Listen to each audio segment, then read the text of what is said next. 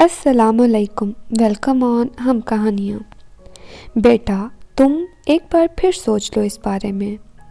امی جب مجھے اتنی جلدی شادی کرنی ہی نہیں ہے اور نہ ہی اتنی دور جانا ہے تو پھر آپ کیوں زور دے رہی ہیں؟ اریبہ نے جھنجھلاتے ہوئے لہجے میں پوچھا۔ جلدی تو نہیں ہے، خیر صحیح عمر ہے بیٹا، یہ گریجویشن بھی مکمل ہو گیا ہے، ماسٹرز تو تم شادی کے بعد بھی کر سکتی ہو، بلکہ جو بھی کرنا چاہو وہ کر سکتی ہو۔ وہ لوگ کوئی پابندی نہیں لگائیں گے تمہارے اوپر، تمہاری تعلیم کے حوالے سے۔ اور دور کہاں بیٹا، اسلام آباد اتنا بھی دور نہیں ہے ویسے، اب تو آنا جانا بھی آسان ہے۔ امی نے پیار سے سر سہلاتے ہوئے اریبہ کو سمجھایا تو وہ خاموشی سے ان کی گود میں سر رکھ کر لیٹ گئی اور آنکھیں موند لی۔ یار یہ تم کہاں بیٹھے بیٹھے کھو جاتی ہو؟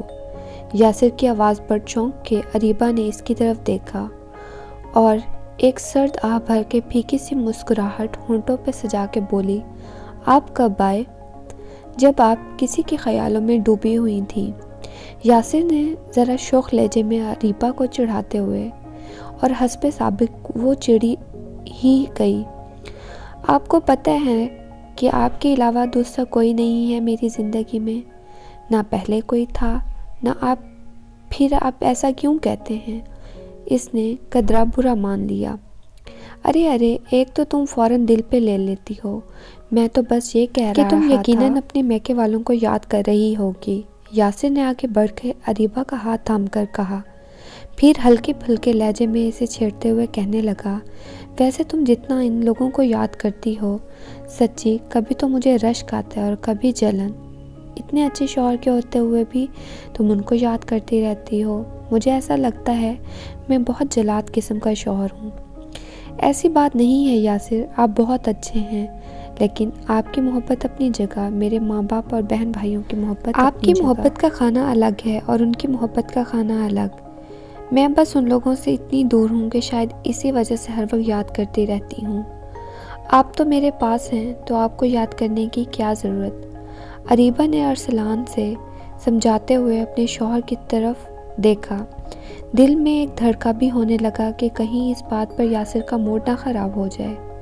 پھر خود ہی بات سمیٹتے ہوئے بولی، چلیں آپ فریش ہو کر آئیں، میں اچھی سی چائے بنا کر لاتی ہوں۔ ابھی تک آپ کے انتظار میں اماں ابا نے چائے نہیں پی۔ چلو ٹھیک ہے، تم بناؤ، میں فریش ہو کر اماں ابا کے پاس جا رہا ہوں، وہیں چائے لے آنا۔ یاسر اس کے ساتھ ہی کمرے سے باہر نکلتے ہوئے بولا۔ اریبہ حسن 5 بہن بھائیوں میں تیسرے نمبر پر تھی۔ ایک بڑی آپا فریحہ، داؤد بھائی کے بعد اریبہ اور پھر عائشہ اور معاذ تھے۔ آپس میں مثالی محبت تو نہ تھی، بلکہ اکثر اوقات تو بس لڑائی جھگڑا ہی ہوتا رہتا تھا، لیکن ایک دوسرے کے بغیر رہ نہیں سکتے تھے۔ بس یوں سمجھ لیں کہ پاس رہا بھی نہیں جاتا تھا اور دور بھی نہیں جایا جاتا تھا۔ سب داؤد بھائی کا روب تھا، بہت حالانکہ اتنے بڑے نہیں تھے، مگر بس کچھ بزرگوں والا روب رکھنے کا شوق تھا انہیں۔ فریحہ آپا بھی یوں تو بہت کوشش کرتی تھیں بڑی آپا بننے کی، مگر اریبہ، عائشہ اور معاذ ان کی ڈانٹ کو کسی گنتی میں شمار نہیں کرتے تھے۔ بھولی سی آپا کو اکثر ہی اپنی خوشامدی باتوں میں لگا کر شرارتیں کرتے رہتے تھے۔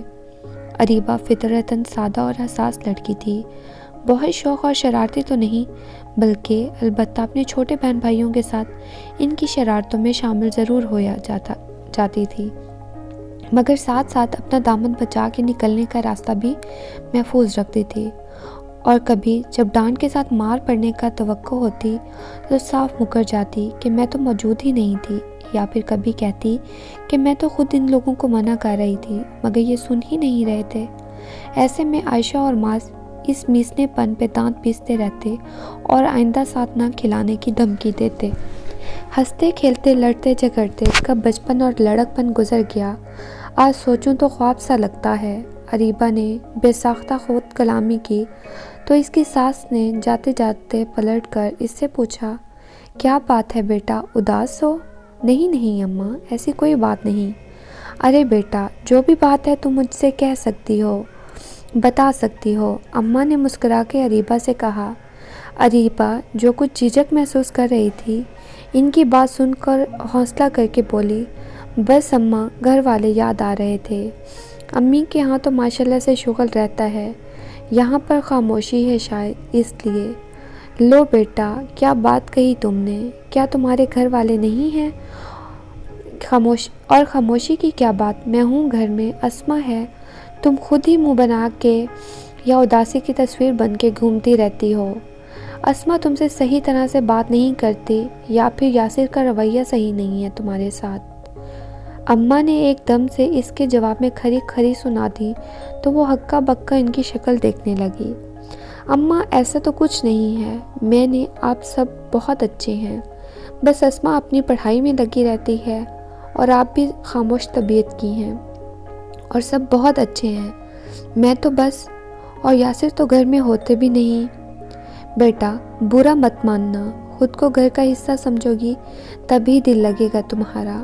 اماں کے ہاتھ اٹھا کر اسے ٹوکتے ہوئے کہا، مگر تم ماضی سے باہر نکلو تو کچھ ہو، ہر وقت جو ان کو ہی یاد کرتی رہتی ہو تو یہی ہوگا، پھر فون پر بھی تو بات کرتی ہو، جب بھی دل نہیں بھرتا۔ خیر سے 3 سال ہو گئے ہیں شادی کو، بچے پر توجہ دو، گھر پر توجہ دو۔ نہیں بھائی، اماں سے اس حیران پریشان سناتی چلی گئی۔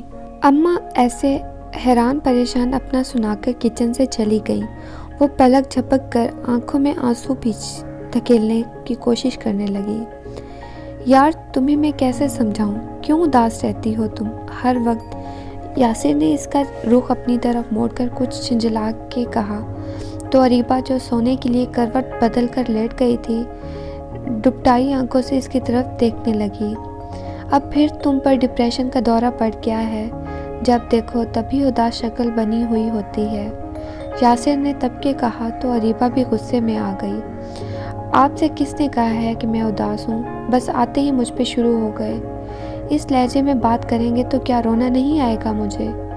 دیکھو اریبہ، میں مانتا ہوں کہ تم اپنے ماں باپ سے بہت دور ہو، سال میں ہی آنا جانا ہو پاتا ہے، کراچی اتنا قریب نہیں ہے، پھر بھی تم ہر سال چلی تو جاتی ہو، اور اب تو ہماری شادی کو ماشاءاللہ سے 3 سال ہو گئے ہیں، ایک پیاری سی گڑیا بھی ہے ہمارے پاس، اتنے عرصے میں تو دل لگ جانا چاہیے۔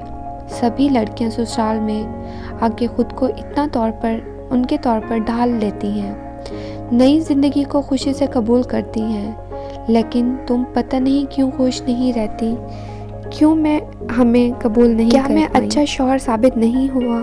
میں اپنی سی پوری کوشش کرتا ہوں تمہیں خوش رکھنے کی، مگر پھر بھی لگتا ہے ناکام ہوں۔ یاسر نے آرام سے اریبہ کو سمجھاتے ہوئے کہا، یہ آپ سے اماں نے کہا ہوگا کہ میں خوش نہیں ہوں، ہے نا؟ اریبہ نے شکوہ کناں نگاہوں سے دیکھتے ہوئے پوچھا۔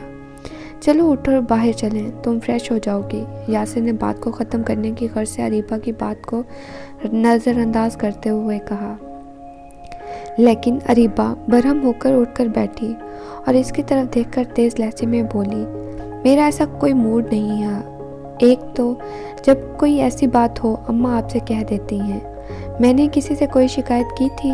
نہ ہی اداس رہتی ہوں، بس سب مجھ سے اتنی دور رہتے ہیں اس ہی لیے بہت شدت سے یاد آتے ہیں، اور اماں نے خود ہی مجھ سے پوچھا تھا، میں تو کوئی اداسی کا اشتہار بنی نہیں گھوم رہی تھی، اور کب آپ نے میرے رویے محسوس کیا کہ میں نے آپ لوگوں کو قبول نہیں کر پائی؟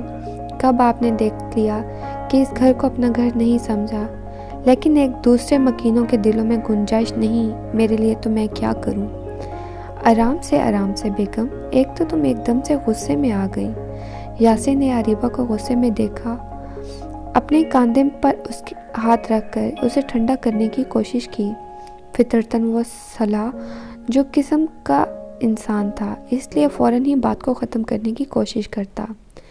یار اماں دل کی بری نہیں ہے، تمہیں پتہ ہے نا، وہ شاید ہر عورت ساس بننے کے بعد تھوڑی سی خود غرض ہو جاتی ہے، پہلے وہ بھی ایسی نہیں تھی، اور تمہیں بھی یاد ہوگا کہ شادی سے پہلے وہ تمہاری ہی کتنی تعریفیں کرتی تھیں، اور اب بھی خیال کرتی ہیں تمہارا، خود بھی ان سب تجربات سے گزر چکی ہیں، لیکن اب ساس بن گئی ہیں تو جیسے پھر وقت اپنے آپ کو دہرا رہا ہے۔